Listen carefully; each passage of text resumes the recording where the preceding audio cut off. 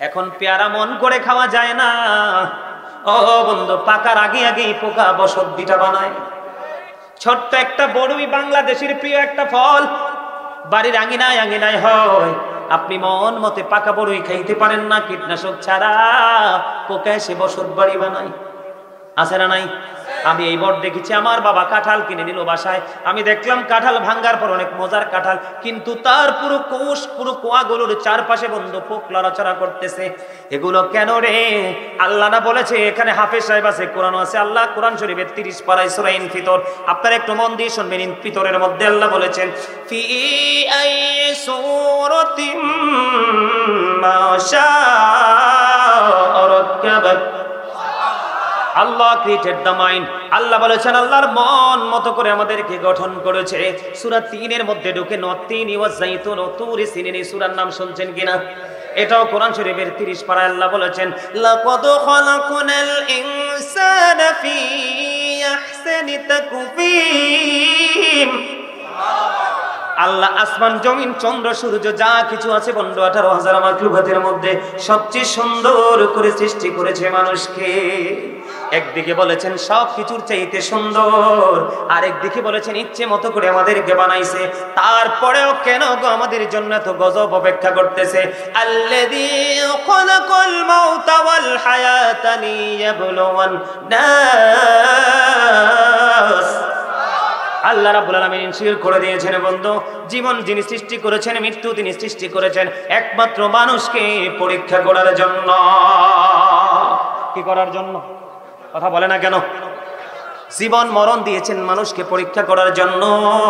এই পরীক্ষা করার জন্য আল্লাহ বলেছেন, দেখেন কি হার্ড কথা, সূরা ইউনূসের 44 নম্বর আয়াত করে দেখেন। আল্লাহ বলেছেন, ইন্নাল্লাহা লা ইয়াযলিমুন নাসা শাইআন ওয়ালাকিন্নান নাসা আনফুসাহুম ইয়াযলিমুন। আল্লাহ বলেছেন আল্লাহ মানুষের উপর অত্যাচার করে না, মানুষ নিজেই নিজের উপর অত্যাচার করে। যাইবেন কোথায়? যাওয়ার রাস্তা আসেনি, দোষ দেওয়ার মতো কোনো সুযোগ আসেনি। আরো জোরে বলেন। দোকান পাটে বাজারে চৌমনিতে সিসি ক্যামেরা লাগাইলে মানুষ পাগল হয়ে যায়, ভয় পায়, ঠিক না ঠিক? কিন্তু চিরস্থায়ী সিসি ক্যামেরা যে দুইটা দুই কাঁধে, খবর তো নাই। চেয়ারম্যান সাহেব কি বলেন? কে রামান কাঁদিবি কাঁদে বসিয়া, সকল কর্ম লিখিতেছি হুকুমনিয়া, আল্লাহর হুকুমনিয়া। 40 কদম হাঁটিয়া আসবি রে সজন, মন করে নাকির হাজি হইবে রে তখন। অস্বীকার করতে পারবেন? আল্লাহ বলেছেন আল্লাহ বান্দার উপর জুলুম করে না, বান্দা নিজেই নিজের উপর জুলুম করে। আল্লাহ doesn't wrong his slave, we are the ones who do wrong. আল্লাহ বলেছেন আল্লাহু লা ইউহিব্বুজ জালিমিন, যারা জুলুম করে অত্যাচার করে আল্লাহ তাদেরকে ভালোবাসে না। আল্লাহ বলেছেন ওমালিজ জালিমিনা মিন আনসার। আল্লাহ বলেছেন জালেমরা যখন বিপদে পড়ে যাবে আল্লাহ তাদের জন্য কোন ধরনের কোনো সাহায্যকারীও রাখে না। কথা কি বুঝে আসছে আমার? আজকের এই পরিণতির জন্য আমরা দায়ী। কে দায়ী? আজকের এই ভয়ঙ্কর পরিস্থিতির জন্য আমরা দায়ী। আপনারা জানেন অগ্রহণ মাসের বৃষ্টি যখন হয়, অগ্রহণ মাসের ধান পানি সইতে পারে না। কথা কই না? অগ্রহণ মাসের ধান কি পানি সইতে পারে? বন্ধুরে আমার, এই বছর যা ক্ষতি হয়েছে বন্ধু ফসলের, প্রতিদিন বন্ধু এক দিক থেকে আরেক দিকে দৌড়াচ্ছে, রাস্তার পাশে দেখতে পাচ্ছি কাঁচা কাঁচা ধান পানির নিচে, এগুলো উঠাতে পারবে না। এটার জন্য কারণ কি? মানুষ আল্লাহর পথে হাঁটে না। কথা বুঝেন নাই? আমি আপনাদেরকে একটা চমৎকার নিউজ দিই। পেয়ারা গাছে পেয়ারা বন্ধু পচে যাচ্ছে, পোকা ধরেছে। আপনি তার কারণ হচ্ছে আপনি পাকার পরে নিজের ঘরে ঢুকান, কাউকে খাওয়ান না। বড়ি গাছে বড়ি পাকার পরে পাখি পর্যন্ত বসতে দেন না। মাছের ফিশারি করার পরে নেট ছড়িয়ে দিয়েছেন, পাখি রিজিক বন্ধ করে দিয়েছেন। আপনি জানেন না আপনার অর্জিত জিনিস থেকে যদি কেউ খায় আপনার আমলনামায় সাদকার সওয়াব দেওয়া হবে। আল্লাহর হাবিব বলেছেন তুমি টমেটো ক্ষেত করেছো, পাকা একটা টমেটো পাখি পেটের খিদায় ঠুকুর দিয়ে দিয়ে টুকটুক করে কে খিদা মিটিয়েছে, বাচ্চার জন্য মুখে করে নিয়ে খাবার। তোমার যদিও বন্ধু পৃথিবীর দৃষ্টিকোণ থেকে একটু গজব নষ্ট হয়ে গেছে, আল্লাহর হাবিব বলেছে ভয় পেও না, টেনশন করো না, তোমার আমলনামায় পাখি খাওয়ার কারণে আমলনামায় সাদকার সওয়াব চলে আসবে। জোরে বলেন না সুবহানাল্লাহ। বন্ধু হাদিস শরীফের মধ্যে এসেছে, বুখারী শরীফের মধ্যে এসেছে, এক ব্যক্তি পাহাড়ের উপর দিয়ে হাঁটছে, আমার দিকে তাকান, পাহাড়ের উপর দিয়ে হেঁটে হেঁটে তিনি গন্তব্যের দিকে রওনা হচ্ছেন। হাঁটতে হাঁটতে হঠাৎ করে তিনি আকাশে দেখলেন কালো মেঘ জমেছে। মেঘ খণ্ড থেকে একটা শব্দ শুনতে পেলেন, অমুকের জমিনে পানি দাও। কোত্থেকে আওয়াজ আসছে? উপর থেকে। কি বলতেছে? অমুকের জমিনে পানি দাও। কয়টারে বাজে? 10টা 13 বাজে। অমর খোদা, টাইম তো চললেই যেতেছে। আরে মিয়া, আপনারা ডাক্তার খুব চমৎকার হয়েছে, বিউটিফুল স্মাইলিং, জোরে জোরে করা আলহামদুলিল্লাহ। আরে একটু মন দিয়ে শোনেন বন্ধু, কখনো হাসাই কখনো আবার বন্ধু হার্ট কথাগুলো বলি যেন আপনাদের মধ্যে ক্লান্তি না আসে। তিনি দেখতে পাইলেন আকাশে কালো মেঘ, বৃষ্টি। ওখান থেকে শব্দ শুনতে পেলেন যে অমুকের জমিনে পানি দাও। তিনি দাঁড়িয়ে গেলেন, হঠাৎ করে দাঁড়িয়ে গেল। আওয়াজ পাইতে দেরি, বৃষ্টি বর্ষিত হতে দেরি হলো না। বৃষ্টি জমিনের মধ্যে পড়তে দেরি বন্ধু, এবার একটা নালা দিয়ে পানিটা বন্ধু নিচের দিকে চলে যায়। ওই পথিক তিনি চিন্তা করলেন, কি আশ্চর্য ধরনের খবর, আশ্চর্য ধরনের দৃশ্য দেখলাম। মেঘ খণ্ড থেকে আওয়াজ আসলো, অমুকের জমিনে পানি দাও। মেঘ খণ্ড বৃষ্টি হয়ে চলে আসলো। নজর দিয়ে চাইয়া দেখলাম বৃষ্টি পড়তে শুরু হলো, একটা নালা দিয়ে পানিটা নিচের দিকে যাইতে শুরু করলো। তিনি বললেন, আমি রহস্য উদ্ঘাটন করতে হবে। তিনি পানির নালার সাথে নিচের দিকে নামতে শুরু করলেন। নামতে নামতে নামতে নামতে বন্ধু তলদেশে গেলেন। যাওয়ার পরে দেখলেন একটা গর্তের মধ্যে পানিটা ফিল আপ হচ্ছে বন্ধু, একত্রিত হচ্ছে। আর একটা লোক বেলচা দিয়া পানি উঠাইয়া উঠাইয়া জমিনে দেয়। আর জোরে বলেন না সুবহানাল্লাহ। এবার ওই পথিক প্রশ্ন করলো, বন্ধু তোমার নামটা কি? বন্ধু একটা ডাক দিয়ে বলল, আমার নাম হলো অমুক। ওই যে আসমান থেকে যে নাম শুনেছেন এই নামের সাথে মিলে গেছে। সুবহানাল্লাহ বলেন না? কয় আমার নাম অমুক। আশ্চর্য হয়ে গেলেন, কেমন করে মিলে গেল? এবার প্রশ্ন করলো, বন্ধু হৃদয় খুলে শোনো গো, ও মহিষ মারার আমার ভাই বাবারা, আমার মা বোনেরা, আমার যুবক বন্ধুদেরকে বলছি গো, হৃদয়ের জানালা খুলে সবাই শোনো। হৃদয়ে ব্রেইনে এবং হৃদয় সেট আপ করে নাও, জীবনে আর কোনো ওয়াজের প্রয়োজন হবে না বন্ধু। এবার ওই লোকটা যখন ওই আসমান থেকে যে শব্দ গাইবে আওয়াজ পেলেন ওই নামে নাম, এবার ওনাকে বললেন, তুমি কি এমন জীবনে আমল করেছো যে আমলের কারণে তোমার ফসল বাঁচানোর জন্য মেঘ খণ্ড বৃষ্টি হয়ে পৃথিবীতে চলে আসলো? এবার ওই ব্যক্তি বলল, তুমি তাহলে একটুখানি শোনো, আমার এই জমিনের মধ্যে যে ফসলটা হয়, কি হয়? আমার এই জমিনের মধ্যে যে ফসলটা হয়, আমি ফসলটা উঠানোর সঙ্গে সঙ্গে 3টা ভাগ করে। কয়টা ভাগ? কয়টা ভাগ? আমি প্রথম একটা ভাগ আমি সর্বপ্রথম আল্লাহর সন্তুষ্টির জন্য, আল্লাহর কাজের জন্য আমি দান করে দেই। আর দ্বিতীয় ভাগ আমি আগামী বছর বীজ বপন করার জন্য এটাকে মজুদ করে রাখি। আর তৃতীয় ভাগ আমি আমার ফ্যামিলি পরিবারের চাহিদা পূরণের জন্য বন্টন করে আমি রেখে দেই। আওয়াজ তোলে বলেন না সুবহানাল্লাহ। আমার মনে হয় আমার এই পবিত্র কাজ আমার আল্লাহ কবুল করেছে, এই জন্যই আমার জমিনের ফসল বাঁচানোর জন্য আল্লাহ অর্ডার দিয়েছেন, মেঘ তুমি বৃষ্টি হয়ে পৃথিবীতে যাও, আমার পাগলের ফসলকে তুমি বাঁচিয়ে দাও। আল্লাহ বলেছেন আমাদেরকে সুন্দর করে বানাইছে, সূরা ইনফিতরে বলেছে মন মতো করে বানাইছে। এত কষ্ট করে আপনি, এত কষ্ট করে সেচ দিয়ে কীটনাশক দিয়ে 3-4 মাস অপেক্ষা করে আপনি ফসলটা সোনালী ফসল গড়ে উঠাবেন, ওই উঠানোর সময় এটা কেন গো নষ্ট হয়ে গেল? নষ্ট করেছেন কে? যদিও বৃষ্টি আল্লাহ রহমত। মুসার প্রশ্নের উত্তরে আল্লাহ বলেছিলেন, আল্লাহ যখন খুশি হয় কোন পিতামাতারে কোল জুড়ে দেয় কন্যা সন্তান, আরো যদি বেশি খুশি হয় তার বাড়িতে পাঠিয়ে দেয় মেহমান, আরো যদি বেশি খুশি হয় পৃথিবীতে দিয়ে দেন বৃষ্টি। আল্লাহ দিয়েছে রহমতের বৃষ্টি, কিন্তু পৃথিবীতে এসে আপনার জন্য বৃষ্টি গলার কাটা হয়ে গেল, কাল হয়ে গেল, বৃষ্টি পানির নিচে তলিয়ে গেল। বন্ধু এটার কারণ কি গো?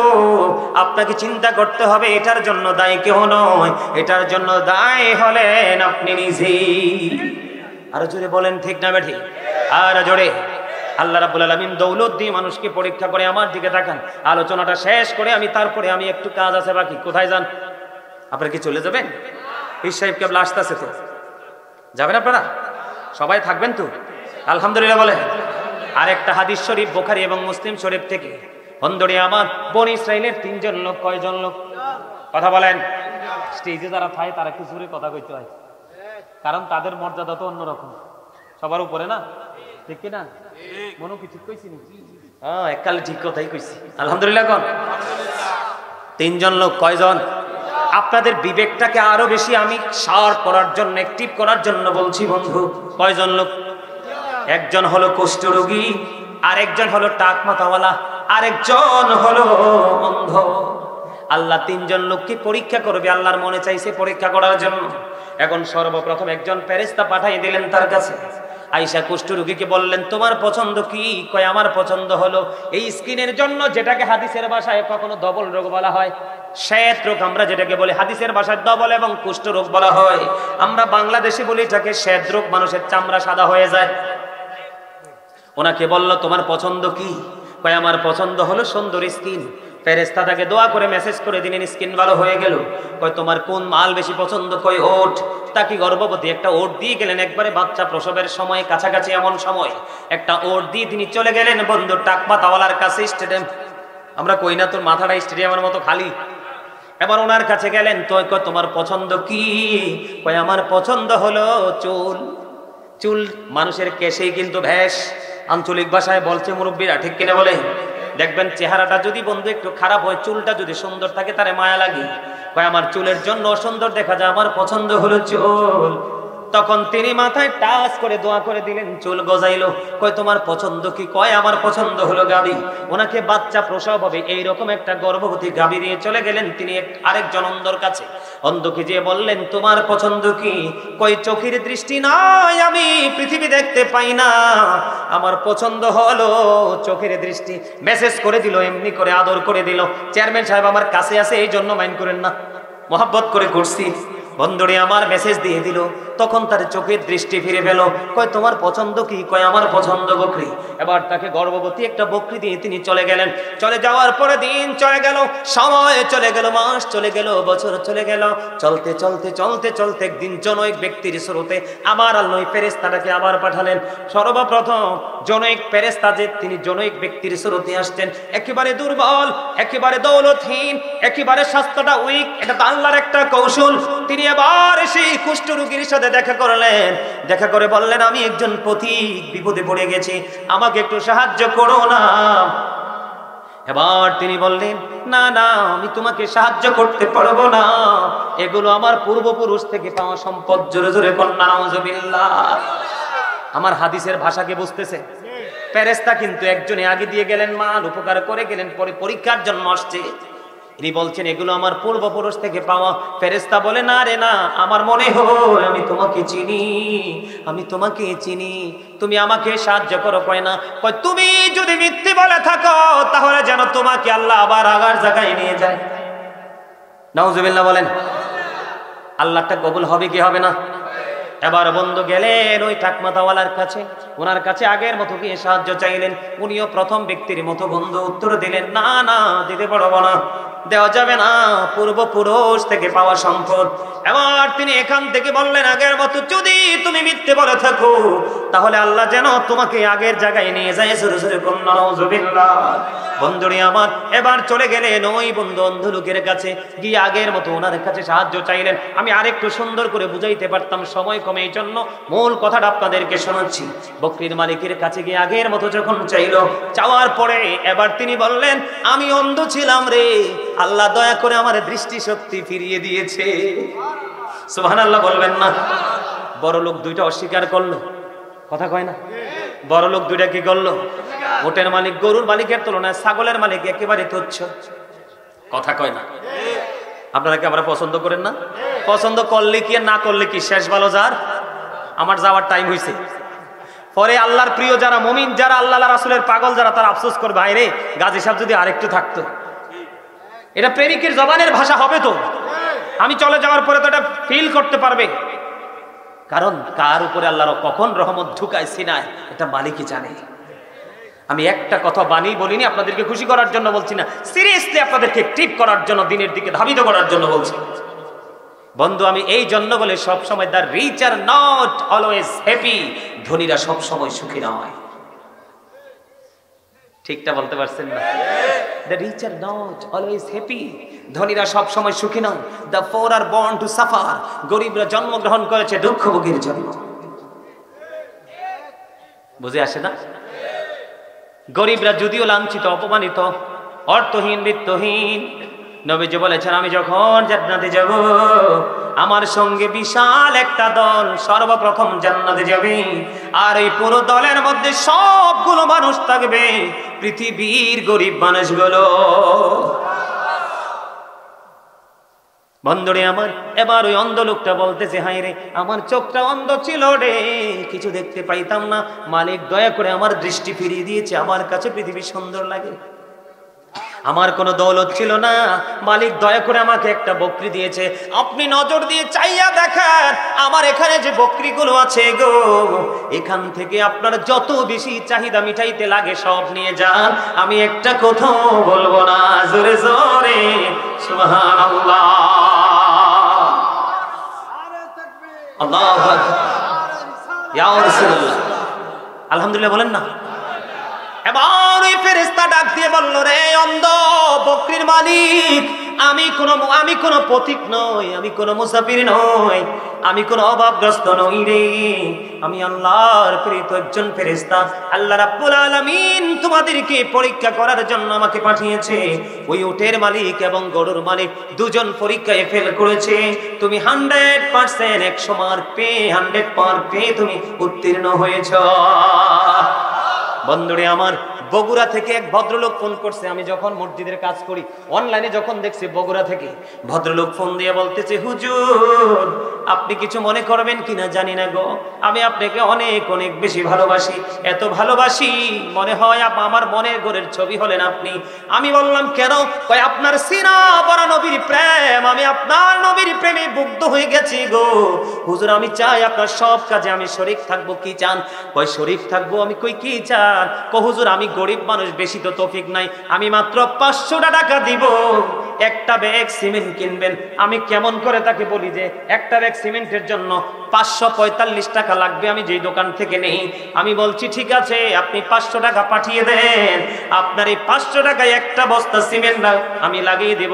তিনি বললেন হুজুর আপনি যদি আমার এই 500 টাকা নিয়ে যান আমি নিজেকে ধন্য মনে করব। জোরে জোরে কন্যা সুবহানাল্লাহ। ডাইনে বামে কত বড় লোক, কত জায়গার মালিক, বাড়ির মালিক, গরু ছাগল হাঁস মুরগির মালিক, এখনো পর্যন্ত একটা মুরগি বিক্রি করেও সে টাকা দেয় না, তার সন্তানের জন্য মজুদ করে রাখতে চায়। আমার স্টুডেন্ট কাউসার, আমার ছাত্র হাফেজ এখানে আছে, আরো শিক্ষকরা আছে। বন্ধু, কোরআন শরীফের সূরা আলে ইমরানের 185 নম্বর আয়াতে আল্লাহ বলেছেন, ওমাল হায়াতুদ দুনিয়া ইল্লা মাতাউল গুরুর। আসেনি হাফেজ? এরে আসেনি? আল্লাহ কি বলছেন? আল্লাহ রাব্বুল আলামিন বলছেন দুনিয়ার জীবন, পৃথিবীর জীবন একটা ধোঁকা ছাড়া কিচ্ছু নয়। তোমরা কোট করো, আমি বলছি। আরেকটা কোরআনের আরেকটা আয়াত হলো কোরআন শরীফের 19 পারা সূরা শুআরা 88 নম্বর আয়াতে আল্লাহ একবার স্পষ্ট করে বলে দিয়েছে, ইয়াউমা লা ইয়ানফাউ মালু ওয়ালা বানুন। আল্লাহ বলেছেন ধন সম্পদ সন্তান সন্ততি কিচ্ছু কাজে লাগবে না। তো কার জন্য করছেন? কি কারে খাওয়াচ্ছেন? এখনকার যুগের ছেলেরা বাবা মার কবরে পাঠ যাবে না, বেদাত বলবে। বাবার টাকা বন্ধু আলেমদেরকে খাওয়াবে না, এতিমদেরকে খাওয়াবে না, এগুলো নিয়ে বন্ধু বান্ধব নিয়ে রং তামাশা করবে। এই জন্য আপনাদের উচিত আপনারা জীবিত থাকা অবস্থায় আল্লাহর সন্তুষ্টির জন্য দান করে যান। জোরে জোরে কন্যা ঠিক না বেঠি? আপনারা কি